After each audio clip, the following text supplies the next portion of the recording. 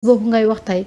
pour defaraat ko dina xaw a jafe d'autant plus que gis nañu le nouveau régime bi mu ñëwee dafa def assise bi nga xam ne amaloon na ko. pour ñu xoolaat justice bi mais est-ce que boobu ba tey jur na dara parce que même jooy la nit ñi di jooy. mais justice bi pour nga defaraat ko amul problème. comment méttiwul de jafewut. mais Marieta xam nga ñun la chance qu'on a ou la chance que Bassirou Diomaye Faye président de la République xam nga chance bi mu am. benn ñun ci suñu xeeti réew yi le président est hyper fort. lu mu bëgg am na mécanisme yu koy teg yu koy may am na mécanisme yoo xam ne bu ko tegee li mu bëgg dafay am loolu benn la. deuxième bi nga xam ne dafa am chance am mooy yow da ngay ñëw ci pouvoir population bi ànd ak yow yëpp ne la ñun suñu problème mooy justice. loo ci def pour jagal ko on est prêt à se sacrifier c'est-à-dire que sur ces questions-là la population a donné la carte blanche à nos dirigeants. Macky Sall pour des intérêts personnels Macky Sall da doon modifier suñu loi yi nu ko neexee. te peuple bi ànduñ ci woon et pourtant il le faisait waaw comme Macky Sall moo mën a def loolu te peuple bi ànduñu ci mu modifier suñuy loi modifier lépp pour ses propres intérêts waaye yow mi nga xam ne dangaa ñëw peuple bi ànd ak yow ne la ñun suñu problème fondamental mooy justice bi waaye boo koy defar doo am problème. benn bi mooy boo koy defar da nga koy teg ci yoon parce que c'est une revendication de la population mais deuxième chose mooy tu as l'adhésion de la population. Exactement. Y a pas meilleure occasion que ça. Oui. dara jafewu fi dara jafewu fi. en plus sax man jàpp naa ne boo mënta defarandoo lépp c'est-à-dire nga procéder par élimination. waaw tey par exemple ministre de la justice bi mu taxawee keroog fële li mu wax mooy man du ma teg pression ci benn juge benn magistrat du siège. mais du loolu la Sénégalais yi demandé. parce que magistrat du siège lan la ministre de la justice mën ci moom. absolument rien du tout parce que ay compétence nu ma koy tuddee autorité mi yeggul ci ñooñu. juge de siège jàppal ni mooy magistrat de siège mooy magistrat bi nga xamante ne mooy juger jour u procès wala magistrat instructeur bi nga xamante ne mooy def instruction mais kooku ñëpp Sénégalais yi xam nañ ni yow sa pouvoir yeggul ci kooku. demandé wuñ la nga mettre pression ci kooku. ki la demandé nga mettre pression ci moom mooy effectivement ki nga xamante ne dafa dépendre de l'exécutif muy le procureur. parce que procureur am nga droit jox ko ay ordre en tant que ministre de la justice donc li ñu demandé mooy prioriser et puis laaj ñu la précipitation comme li muy wax mu ne dañ bañ a yàkkamti ci dossier bi def ci ay erreurs. on ne demande pas la précipitation accélérer et se précipiter c'est deux choses qui sont différentes. bokkuñu de bu ñu jaawale accélération ak précipitation bokkul donc li ñu demandé mooy célérité parce que célérité principe de droit la ci yoon la bokk te ça dañ la wax ne boo yoree dossier jàmbur waroo ko yéexal de trop waroo koo baral de trop. donc da nga ci war a def nag célérité donc loolu la ñuy demander en fait te loolu en vérité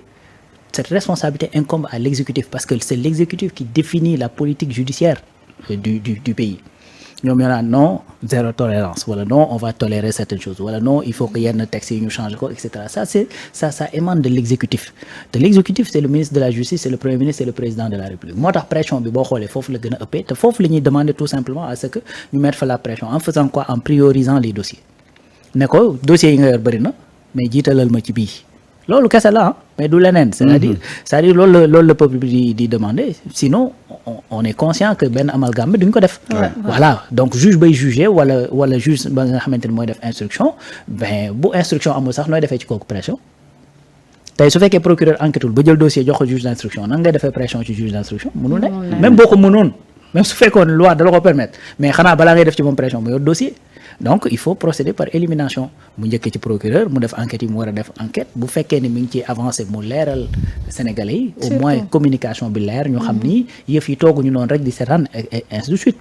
n'est-ce pas donc tey rapport Cour des comptes bi bëri na ñu doon wax rapport bi fan la toll mais actuellement boo xoolee coow li de moins en moins mi ngi nekk rapport bi fan la toll mais mi ngi nekk ci keneen la ñuy woo parce que gis nañ ni gars yi ñu ngi ciy nekk di ci dox ay jéego donc question bi également muy jëm ci wàllu matière yeeg yu ni mel c'est exactement ce qui se passe on demande pas de mettre la pression sur les magistrats de mais ñu baral waaw loolu donc la ñuy demander et pas autre chose yi nga xamante ni baral du benn waaw du benn donc te en plus dossiers yi man jàpp naa ni du yëpp bokk degré de complication am na ci yoo xamante ni jàpp naa ni c'est beaucoup plus simple à régler. tout à fait. voilà même yooyu tey boo ci defoon benn jéego yi nii ba gars yi gis ne kat yi simple yi kat yaa ngi koy régler mais yu compliqué yu difficile yi ñoo nekk te loolu il faut que mu jël un certain temps mais les gens vont comprendre. c'est clair. waaw loolu la. waaye loolu c'est waral c'est tout ce qu'on demande. gis nga soo gisee waaw. population bi nu ñu wàccee di exiger li nga xam ne moo di justice waruñu woon egsi fii quand même. ah ben oui waruñu déjà justice bi en dehors des martyrs sax da ngay gis ni Covid première vague lañ woo. oui et pourtant Covid ci jamono jooju am na ñu fi nekkoon ministre de la santé. oui am na leneen nag te ku ni Covid wax ministre de la santé. oui nit ñi di xaar ni leneen a ngi ñëw. déggaatuñu dara loolu moo jaaxal manque de communication boobu sax déjà dafa baaxul vis-à-vis ak population bi. parce que man jàpp naa ne sax looloo indi toute cette incompréhension. mooy ñàkk communication boobu c'est-à-dire peuple bi su fe c'est pas pour rien que ñu naan c'est état moom moo am devoir d'informer le peuple. c'est pas pour rien bërki démb ñu daal di voter une loi boo xamante ni pour accès à l'information la da nga war a communiquer wax ne fii lañ ci toll et cetera leeral gis nga tey demal aux États-Unis c'est-à-dire le procureur bu entamé woon benn dossier tey suba mu génn ci entamé naa dossier sàngam nangami fii lañ ci toll et cetera boo demee ba ci biir commencé ci def ay jéego jàpp ay nit nga génnaat c'est-à-dire dès l'entame da ngay gis ne dañuy leeral parce que loolu aussi ça fait partie des prérogatives des procureurs c'est important cette communication il faut que ñu garder ko man jàpp naa loolu moo indi parce que même boo xoolee tey coow li dañ ko wax c'est-à-dire c'est parti d'une mauvaise communication boo xamante ni c'est parti de la présidence d'accord waaw parce que keroog bi nga xamante ni le président mi ngi wax affaire de réconciliation absolument man ci saa si dama ne sa communication yeggul fi mu waroon a yegg ñi nga xamante ni ñoo yor sa communication waroon nañu defaat une seconde sortie quel que soit prétexte fu ñuy jaaree wala ci occasion bu ñuy am ngir préciser les pensées du président parce que président de la République man gëwma ni dana mën a prôner impunité ci li jëm ci wàllu martyr man gëwma loolu man jusqu'à preuve du contraire xanaa moom ñoo ci bokk man sincèrement ñoo ci bokk yépp man mënuma encaisser loolu dama jàpp ne c'est la communication moom moo ko induire parce que communication daf ci am boo waxee ba daaneel c'est-à-dire parfois doo maîtriser li nit ki di dégg léegi nag bu nit ki déggee leneen lu bokk la li nga bëggoon wax yow yaa am obligation génnaat pour leeral kooku ne ko li nga dégg du loolu waaw c'est ça qu'il devait faire. leen man kat ba may woo réconciliation. waaw fii laa doon waxee waxeewu ma ci fële. voilà loolu du gàcce du dara. c'est-à-dire c'est une communication non rompue boo xamante ne da nga koy garder ak ñi nga xamante ne ñoom ngay waxal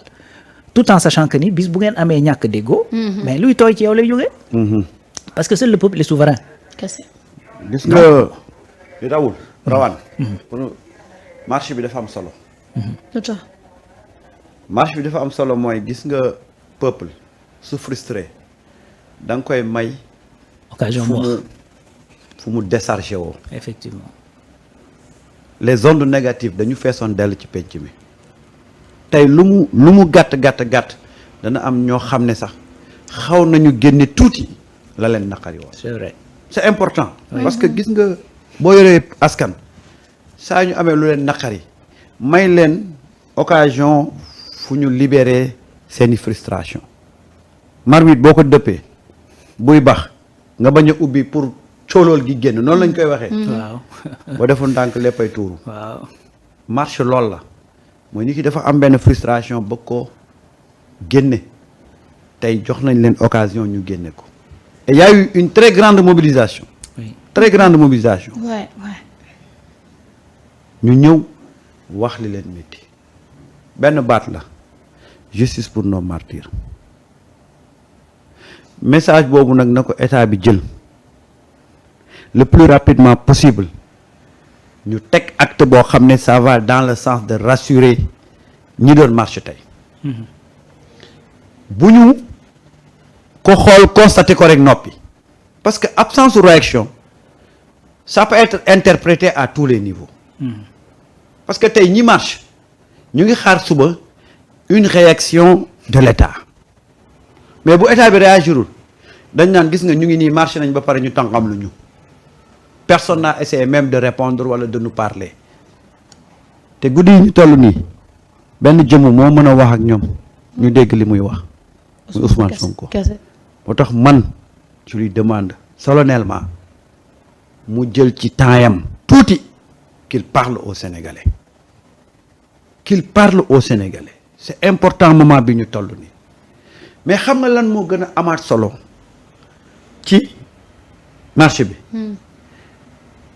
mooy bu Macky Sall foogoon ne mu ngi amaat tuuti cofeel ci sénégalais yi tey won nañ ko fi ne boo fi teg sa tànk sénégalais yi di la mbuuta mbaay yóbbu la prison non c'est important la ko gën a xam. les sénégalais ont montré aujourd'hui que Macky Sall on t'attend de pied ferme c'est très important parce que les gens ont manipulé ba yaakaar ne le peuple sénégalais est en train de se débarrasser de ce duo là c'est loin xoolal amul et la mobilisation aujourd'hui ça montre que tey lañ gën a bañ régime bi fi jóge et que tey lañ gën a pare pour affronter le régime de Macky Sall